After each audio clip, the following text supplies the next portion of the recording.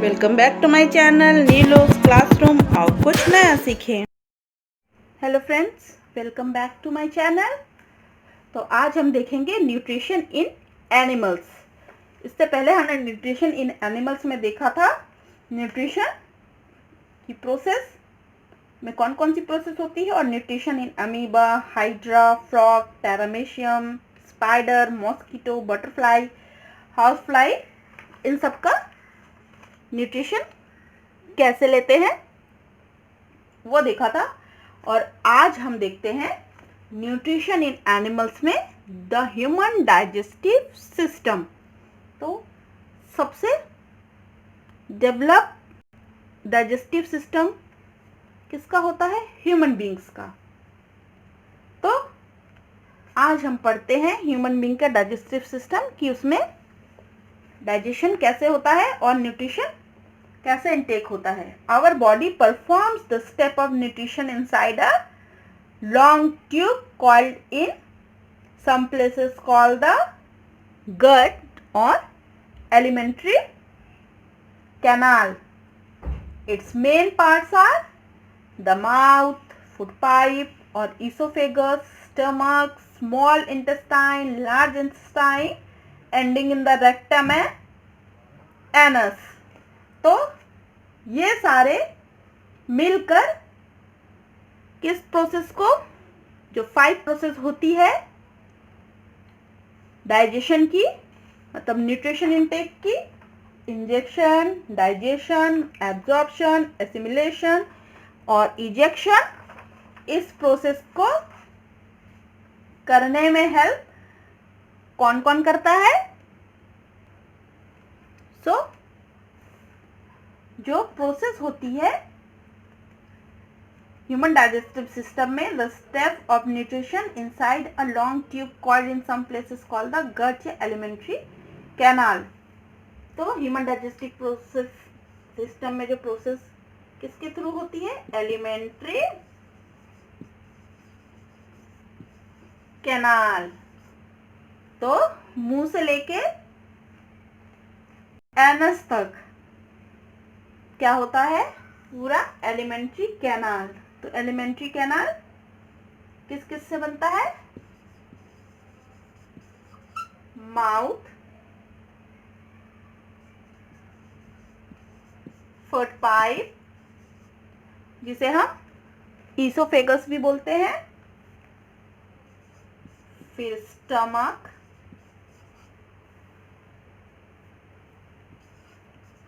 फिर small and large intestine,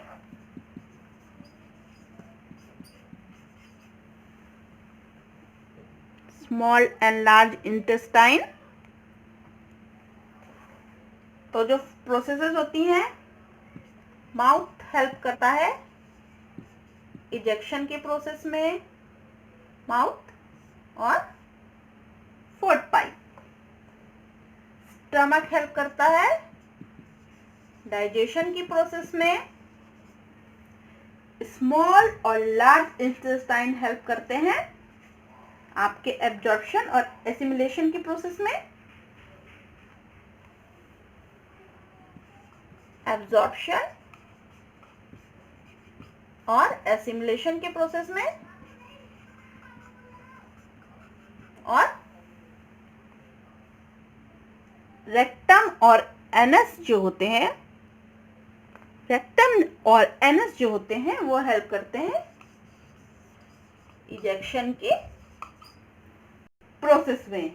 तो ये सब मिलके mouth, food pipe, stomach, small intestine, large intestine, ending the rectum and anus, सब मिलके क्या बनाते हैं? एलिमेंट्री कैनाल, जो ह्यूमन डाइजेस्टिव सिस्टम के मेन पार्ट्स हैं।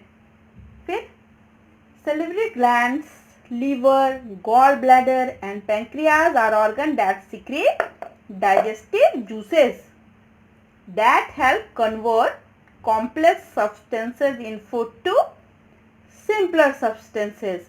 Digestive juices are also secreted by the inner walls of the stomach and the small intestine. So, हमें पता है कि एनिमल्स के बॉडी में न्यूट्रिएंट्स सीधा फूड से हमें नहीं मिलते हैं। First, food has to be broken down into small particles. Then these food particles must then be changed into simple soluble form which the body cells can absorb. Only then can food provide nutrients. So उसके लिए क्या ज़रूरी है? Food particles को simple form में, compound से simple में break करने के लिए digestive juices. So salivary glands, liver, gall bladder and pancreas, ये ऑर्गन होते हैं जो डाइजेस्टिव जूसेस का सिक्रेशन करते हैं ताकि कॉम्प्लेक्स जो सब्सटेंस है फूड में वो ब्रेक डाउन हो जाए, किसमें? सिंपलर सब्सटेंसेस में। और डाइजेस्टिव जूसेस स्टमक के इनर वॉल से भी सिक्रीट होते हैं और स्मॉल इंटेस्टाइन से भी। इसीलिए जब कभी हम लॉन्ग टाइम तक खाली पेट रहते हैं, क्योंकि डाइजेस्टिव जूसेस सीक्रेट होते हैं स्टमक में, तो हमें कई बार क्या हो जाता है? एसिडिटी। तो यही जूसेस सीक्रेट होते हैं और हमारे वॉल को इसीलिए कहा जाता है कि बहुत देर तक भूखा नहीं रहा जाता, नहीं तो क्या होता है? धीरे धीरे डाइजेस्टिव जूसेस इस इनर वॉल्स ऑफ स्टमक से निकल के इनकी वॉल्स को जला देंगे। इसलिए हमें कुछ ना कुछ थोड़ी थोड़ी देर में खाते रहना चाहिए, हमें खाली पेट नहीं रहना चाहिए। तो अब देखते हैं कि ह्यूमन में डाइजेस्टिव सिस्टम कैसे होता है। तो फर्स्ट है digestion in the mouth. So human digestive system में सबसे फर्स्ट स्टेप क्या होगा? Digestion in mouth. Food is taken in और ingested through the mouth. Digestion begins inside your mouth when you chew the food. Okay? Think about your favorite food. Does your mouth water? The water in your mouth is a digestive juice called saliva. It is secreted by the 3 pairs of salivary glands in your mouth. Chewing breaks down the food into smaller pieces and mixes it with saliva. This process is called mastication. Your teeth cut, tear and grind the food before you swallow it. We have different types of teeth to do these jobs. So human digestive system में first step होता है digestion in mouth. मतलब first हम खाना intake कहाँ से करते हैं? माउथ से। और डाइजेशन हमारे माउथ से ही शुरू होता है जब हम फूड को चबाते हैं। तो जब हम किसी अपने फेवरेट फूड के बारे में या कोई अपना पसंदीदा खाना देखते हैं तो हमारे मुंह में पानी आ जाता है, जो होता है एक डाइजेस्टिव जूस सलाइवा। और सलाइवा सीक्रेट होता है 3 पेयर्स ऑफ सलाइवरी ग्लैंड जो हमारे मुंह में होता है। खाना चबाने से क्या होता है? खाना होता है जो स्मॉल पीसेस में ब्रेक हो जाता है और फिर सलाइवा के साथ मिक्स हो जाता है और इसी प्रोसेस को कहते हैं मैस्टिकेशन। तो हमारे जो दांत होते हैं वो काटने, तोड़ने और मिक्स करने के, चबाते हैं फूड को बिफोर हम उसे निगल सके। मतलब हमारे निगलने से पहले हमारी टीथ जो होते हैं हमारे फूड को पीसने, तोड़ने, काटने में मदद करते हैं ताकि वो स्मॉल पीसेस में चेंज हो जाए और इजीली स्वॉलो हो सके। और इस काम के लिए हमारे पास होते हैं डिफरेंट टाइप्स के teeth. A child has only 20 teeth, 10 in each jaw. These are known as milk teeth.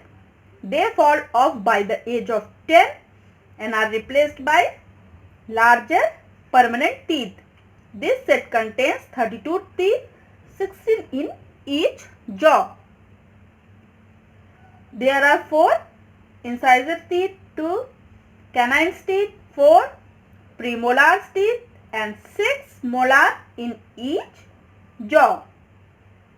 So, feel the different shapes of your teeth with your tongue. You can find different shapes of teeth present in your mouth.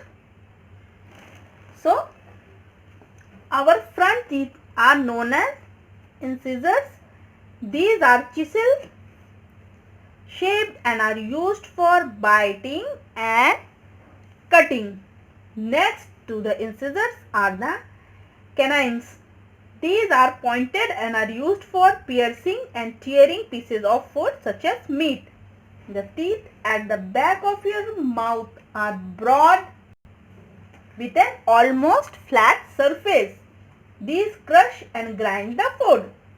These are called the premolars and molars. Molars are larger than premolars. The white substance that cover your teeth is called enamel. It is the hardest substance in the body. So, different types के teeth आप देख रहे हैं कितने present होते हैं. उनमें से आपके फ्रंट टीथ जो होते हैं वो यूज्ड होते हैं, जिन्हें इंसिजर्स बोलते हैं, काटने के या कुतरने के. फिर इंसिजर्स के बगल में होते हैं वो होते हैं पॉइंटेड, जो कि फाड़ने वगैरह के काम में आते हैं. फूड को, जैसे मीट वगैरह को नोचने फाड़ने के लिए यूज होता है, इसलिए वो पॉइंटेड होते हैं. और उनके पीछे के चौड़े वाले जो टीथ होते हैं, चौड़े और फ्लैट शेप के, जिसमें खाना ग्राइंड होता है, जाके हम क्रश करते हैं किसी चीज को, वो होते हैं मोलार्स और प्रीमोलर्स. और जो हमारे दांतों के ऊपर सफेद कलर की परत चढ़ी होती है, वो क्या होता है, उसे इनेमल बोलते हैं, जो कि हमारे बॉडी का एक हार्ड सब्सटेंस है. The saliva in our mouth helps to break down starch of the food into sugars that are easier to digest. तो हमारे माउथ में जो सलाइवा प्रेजेंट होता है वो हमारे फूड से स्टार्च को ब्रेक डाउन करने में हेल्प करता है इनटू शुगर्स, ताकि आप इजीली डाइजेस्ट कर सकें. It also make food easier to swallow by making it wet and slippery. और हमारे फूड को लिक्विडी बना देता है, जिससे इजीली हमें फूड को निगलने में आसानी हो. Our tongue is a muscular organ that helps us to eat food. It pushes food towards your teeth. It also helps to mix the food with saliva and then enables you to swallow it. तो हमारे टंग का भी बहुत बड़ा role होता है, जो हमें खाना खाने में हेल्प करता है. वो हमारे फूड को टीथ की तरह पुश करता है, जिससे फूड इजीली स्मॉल पीसेस में कट हो सके, और फिर सलाइवा मिक्स करने में भी हेल्प करता है, ताकि हम इजीली फूड को स्वॉलो कर सकें. Our tongue does another job too. Small taste buds are present across its surface. Each taste bud can detect all taste: sweet, salty, sour and bitter.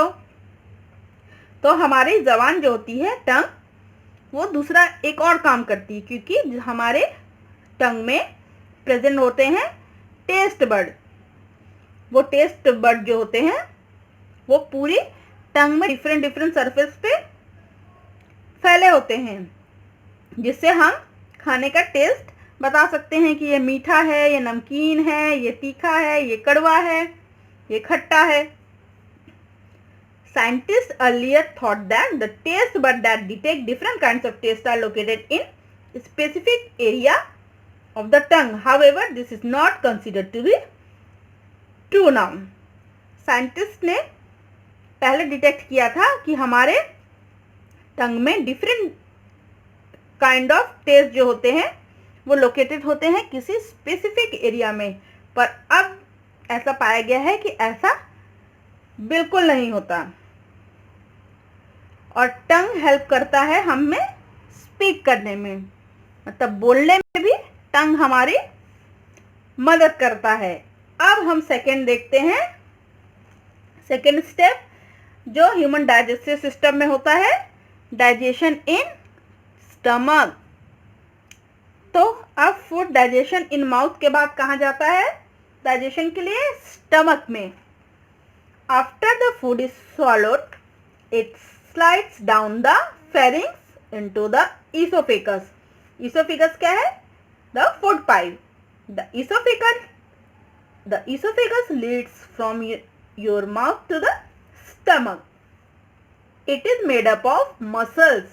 These muscles gently push down to your stomach in a wave-like action called peristalsis.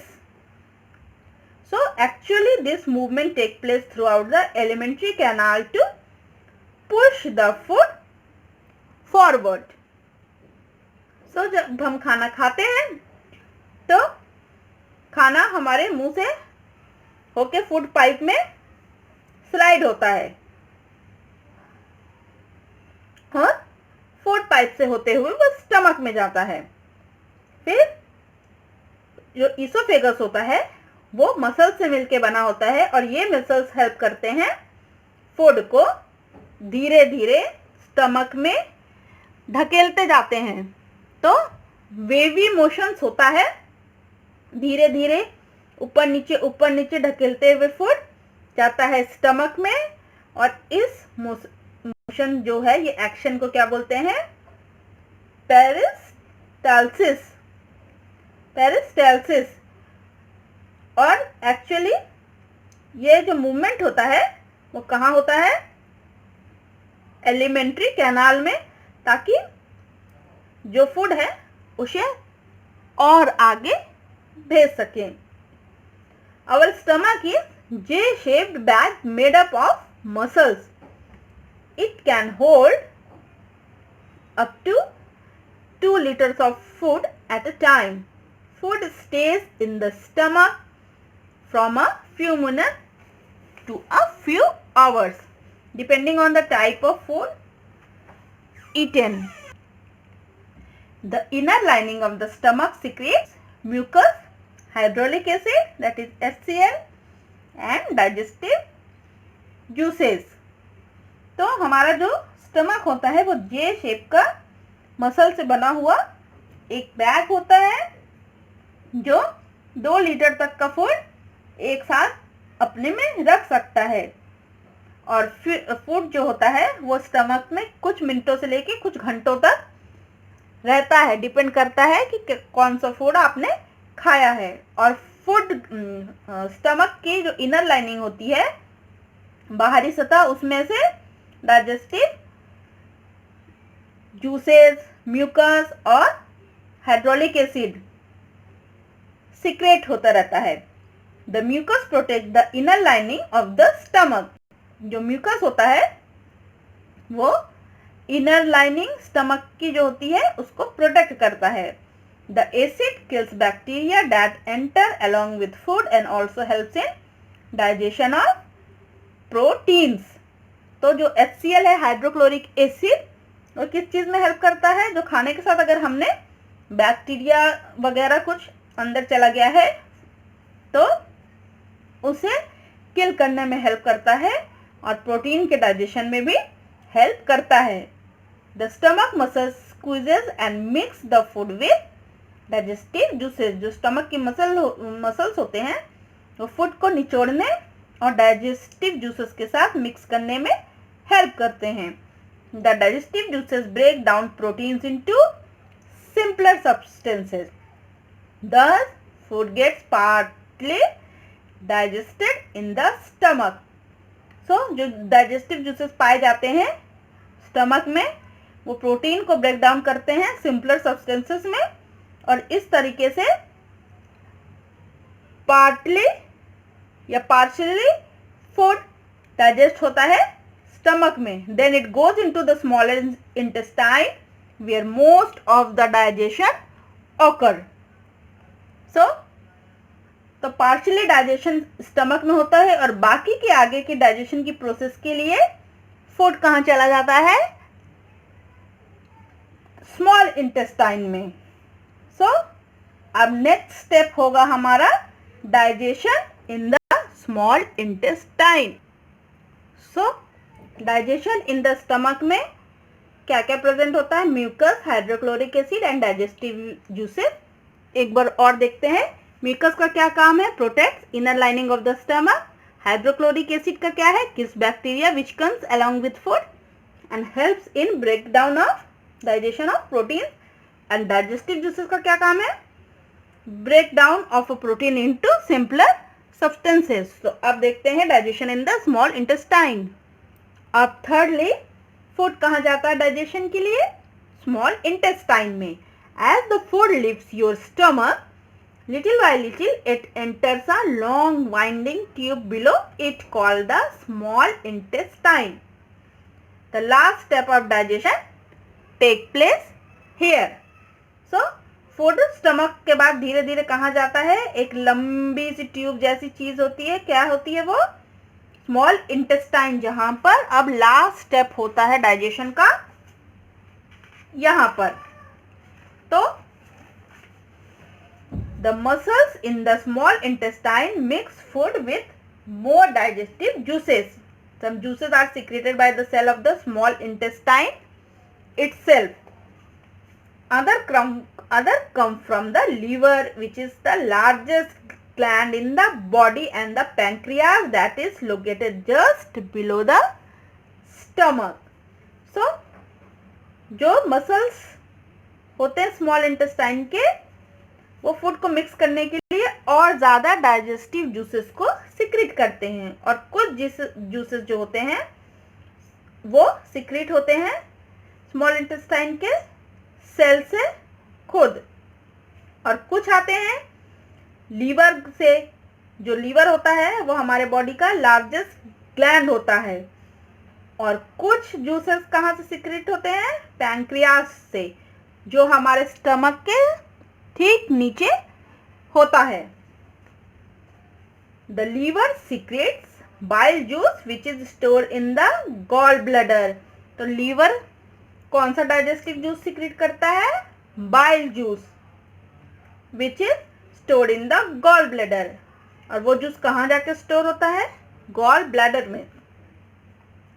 The bile breaks a fat into tiny droplets that can be digested and absorbed more easily. तो जो bile juice होता है वो help करता है fat को छोटे छोटे ड्रॉपलेट्स में ब्रेक करने के लिए, ताकि वो इजीली डाइजेस्ट और एब्जॉर्ब हो सके।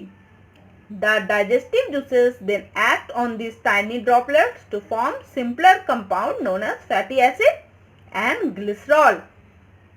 और फिर आगे जो डाइजेस्टिव जूसेस होते हैं वो इन टाइनी ड्रॉपलेट्स पे एक्ट करते हैं और उसे सिंपलर कंपाउंड में तोड़ देते हैं, और क्या बनाते हैं? Fatty acids and glycerol. The pancreas secretes the pancreatic juice. तो पैंक्रियास क्या सिक्रीट करते हैं? Pancreatic juice that changes starch into simple sugars and protein into simpler compounds called amino acids. So जो पैंक्रियाटिक जूस होते हैं वो starch को तोड़कर सिंपल शुगर में कन्वर्ट करते हैं और प्रोटीन को तोड़कर अमीनो एसिड्स में कन्वर्ट करते हैं, क्योंकि अमीनो एसिड से ही मिलकर बनता है क्या? प्रोटीन। तो ये होता है डाइजेशन इन स्मॉल इंटेस्टाइन। अब यहां तक डाइजेशन की लास्ट प्रोसेस होती है। उसके बाद अब क्या होगा? फूड एब्जॉर्ब होगा। तो अब हमारे जो इंजेक्शन डाइजेशन हो गया, अब होता है एब्जॉर्प्शन।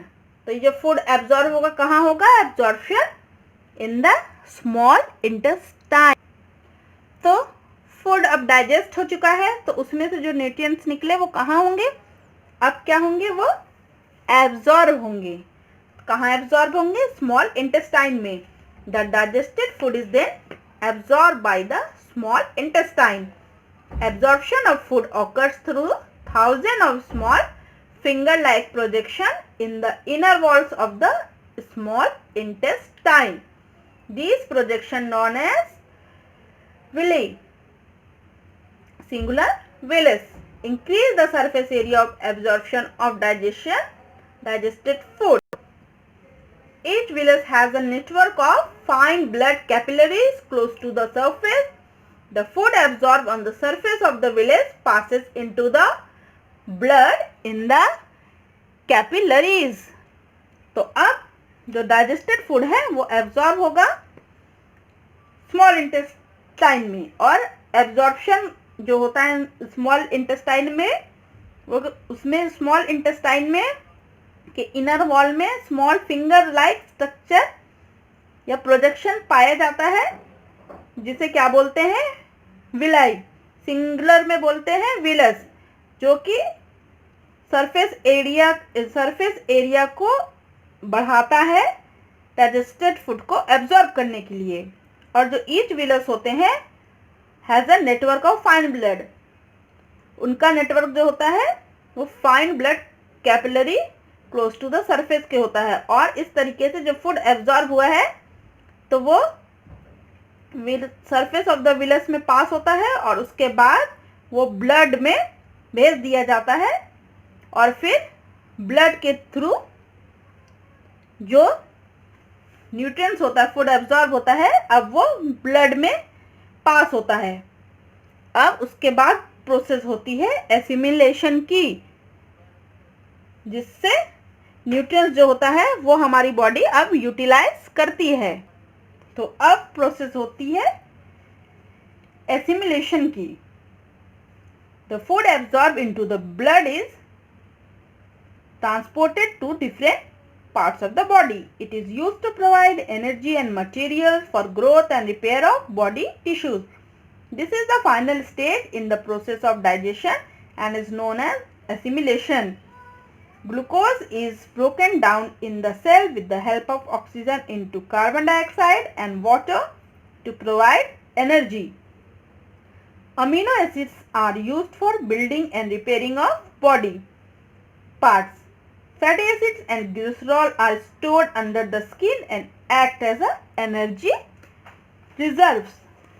So, जो फूड एब्जॉर्ब होके ब्लड में गया था वो ब्लड के थ्रू ट्रांसपोर्ट होके बॉडी के डिफरेंट पार्ट्स में चला जाता है। मतलब जो न्यूट्रिएंट्स होते हैं अब बॉडी के डिफरेंट पार्ट्स में जाके ट्रांसपोर्ट हो जाते हैं। It is use to provide energy. तो बॉडी के डिफरेंट टिश्यू के रिपेयर्स के लिए, ग्रोथ के लिए एनर्जी और मटेरियल प्रोवाइड होता है इसी एब्जॉर्ब फूड के थ्रू। अब ये होता है फाइनल स्टेज डाइजेशन का, जिसे हम बोलते हैं एसिमिलेशन। अब इस प्रोसेस में जो ग्लूकोज बना है फूड से वो होता है ब्रेक डाउन होता है सेल में और ऑक्सीजन के हेल्प से कन्वर्ट होता है कार्बन डाइऑक्साइड और वाटर में और प्रोवाइड करता है बॉडी को एनर्जी। तो यहाँ पे रेस्पिरेशन की प्रोसेस होती है। फिर और जो एमिनो एसिड्स बनते हैं वो यूज़ हो जाते हैं बॉडी को रिपेयर करने, बॉडी के सेल्स टिश्यू को बनाने के लिए। और जो फैटी एसिड और ग्लिसरॉल होते हैं वो स्किन के अंदर जाके एज अ एनर्जी रिजर्व के रूप में स्टोर हो जाते हैं। तो अब लास्ट प्रोसेस होती है इजेक्शन की। सो अब लास्ट प्रोसेस होती है egestion. Not all the food we eat is digested and absorbed. The food that can not be digested move from the small intestine into a wide tube called the large intestine. तो जो भी हम खाते हैं ज़रूरी नहीं है कि वो सारा का सारा डाइजेस्ट हो जाए और वो एब्जॉर्ब कर लिया जाए। तो जो खाना डाइजेस्ट नहीं होता है वो स्मॉल इंटेस्टाइन से मूव करके कहाँ जाता है, एक चौड़े ट्यूब लाइक स्ट्रक्चर होता है जिसे बोलते हैं large intestine. Here most of the water present in the waste is absorbed. The waste food, which is now almost solid, is stored in the last part of the large intestine called the rectum. It is then passed out of the body through the anus. So, तो जो भी undigested food अब large intestine में आता है उसमें से जितना वाटर प्रेजेंट होता है वो सारा लार्ज इंटेस्टाइन जो होता है वो एब्जॉर्ब कर लेता है, और उसके बाद जो वेस्ट फूड होता है मतलब अनडाइजेस्टेड फूड, वो जो ऑलमोस्ट सॉलिड हो चुका होता है वो स्टोर होता है last part of the large intestine जिसे हम कहते हैं रेक्टम, और फिर वो पास होके एनस के थ्रू बॉडी के बाहर हो जाता है स्टूल के रूप में। तो इस तरीके से ह्यूमन बॉडी का डाइजेस्टिव सिस्टम काम करता है, जिसमें 5 तरीके से प्रोसेस होती है। इंजेक्शन मतलब इनटेक ऑफ फूड, डाइजेशन मतलब breakdown of food into a simple soluble form, third होता है एब्जॉर्प्शन जिसमें the food in the soluble form passes into the body fluid such as blood. फिर एसिमिलेशन की process होती है जिसमें absorb nutrients are utilized by the body for the body repair, building etcetera. और last process होती है egestion की मतलब elimination of undigested solid parts of the food. तो ये होता है ह्यूमन डाइजेस्टिव सिस्टम। अब तो हम देख रहे हैं न्यूट्रिशन इन एनिमल्स। तो हमने अभी ह्यूमन डाइजेस्टिव सिस्टम देखा, तो न्यूट्रिशन इन एनिमल्स में हम रूमिनेंट्स के भी बारे में बात करते हैं। तो रूमिनेंट्स क्या होते हैं? Ruminants are hoofed plant eating animals that digest their food in 2 steps. तो रूमिनेंट्स होते हैं वो जानवर जो ग्रीन प्लांट्स ईट करते हैं, जैसे काऊ, बफेलो, गोट, शिप, ये सब क्या होते हैं? रूमिनेंट्स होते हैं, और इनका डाइजेशन 2 स्टेप में होता है। They have complicated stomach consisting of 4 chambers. So उनका जो स्टमक होता है कॉम्प्लिकेटेड होता है और जिसमें होते हैं 4 chambers. Food that is swallowed goes into the first chamber called the rumen। तो जो फूड खाया जाता है तो वो कहाँ जाता है? पहले चेम्बर में, जिसे बोलते हैं rumen। Here it is partially digested and is called curd। वहाँ पे उसका partially digestion होता है जिसे बोलते हैं curd। It then goes to the second chamber from where it is returned to the mouth for thorough chewing। फिर वहां से वो जाता है सेकेंड चेम्बर में जहां से वापस वो रिटर्न होता है माउथ में च्यूइंग के लिए। And this process is called rumination. That is why these animals are called ruminants. तो आपने गाय और भैंस इन सबको देखा होगा कि वो जब बैठी रहती हैं तो अपने मुंह चलाती रहती हैं, मतलब कुछ खाती रहती हैं। तो एक्चुअली वो यही प्रोसेस करती हैं, अपने माउथ में च्यूइंग करती रहती हैं, इसलिए इनको बोला जाता है रूमिनेंट्स, और इस प्रोसेस को बोलते हैं rumination. After chewing the food is swallowed for a second time and then digested further in the remaining chamber. फिर सेकेंड टाइम फूड च्यूइंग होने के बाद बाकी जो डाइजेस्टिव चेम्बर्स होते हैं उनमें फर्दर डाइजेशन के लिए जाता है। It is finally sent to the small intestine where the absorption of the nutrients occur। And finally फिर कहाँ भेजा जाता है? स्मॉल इंटेस्टाइन में, जहाँ पर न्यूट्रिएंट्स का एब्जॉर्प्शन होता है। तो इस तरीके से डाइजेशन होता है रूमिनेंट्स में। जैसे काऊ, बफेलो, जैसे जो रूमिनेंट्स बोलते हैं जब वो मुंह बैठे बैठे मुंह चलाते हैं, जिसे हम जुगाली करने बोलते हैं, वो यही है, उनमें ये डाइजेशन की प्रोसेस होती है। अगर ये वीडियो आपको पसंद आया तो प्लीज़ इसे लाइक करें, शेयर करें, चैनल को सब्सक्राइब करना ना भूलें।